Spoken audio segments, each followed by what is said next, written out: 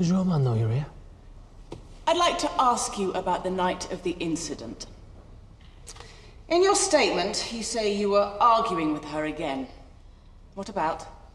Gemma was mad at me because I was getting close to Sean. You went after her. Why? To try and make things right. She didn't want to feel like a third wheel. According to Sean's statement yesterday, she didn't just run off. She wanted to go to a party. Sounds quite reasonable to me.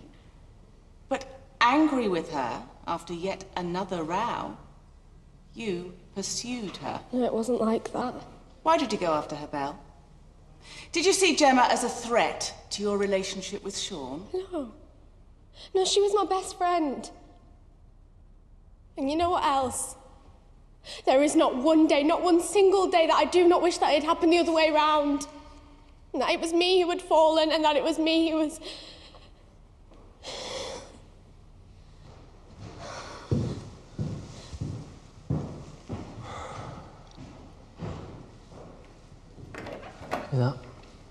That's all the jury are going to remember come tonight. The area where you caught up with Gemma, is it remote?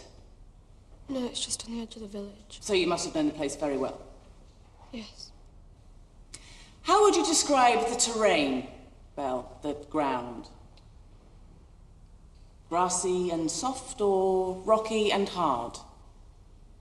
The second one.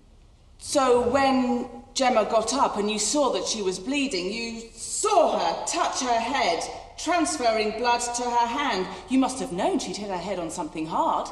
A rock, a tree stump at the very least. I didn't think. But you saw the blood. I've got to ask, under what possible circumstances, Belle, would a, quote, best friend walk away and leave a girl bleeding and alone? I made a mistake. Are you absolutely sure, Belle? Do you really expect people to believe that a bright girl like you wouldn't for a second have worried that leaving Gemma alone... I've said it over and over. I shouldn't have left her, but she said she was okay. It was an accident. I'm not trying to hide anything. I told the police everything. When? When did you tell the police everything, Belle? According to my notes, it was over 3 weeks later. And in that time, you misled the police, lied to her father, waited for her to die. I told the truth in the end. In the end? Was that when you started to panic you were going to be found out? No! It's not my fault! She wanted to go to the police from the start, but I wouldn't let her. Mrs. Dingle. You can't blame her for this. It's not fair. For the last time, Mrs. Dingle, if you continue to create a disturbance, I'll have no choice but to have you removed from the court.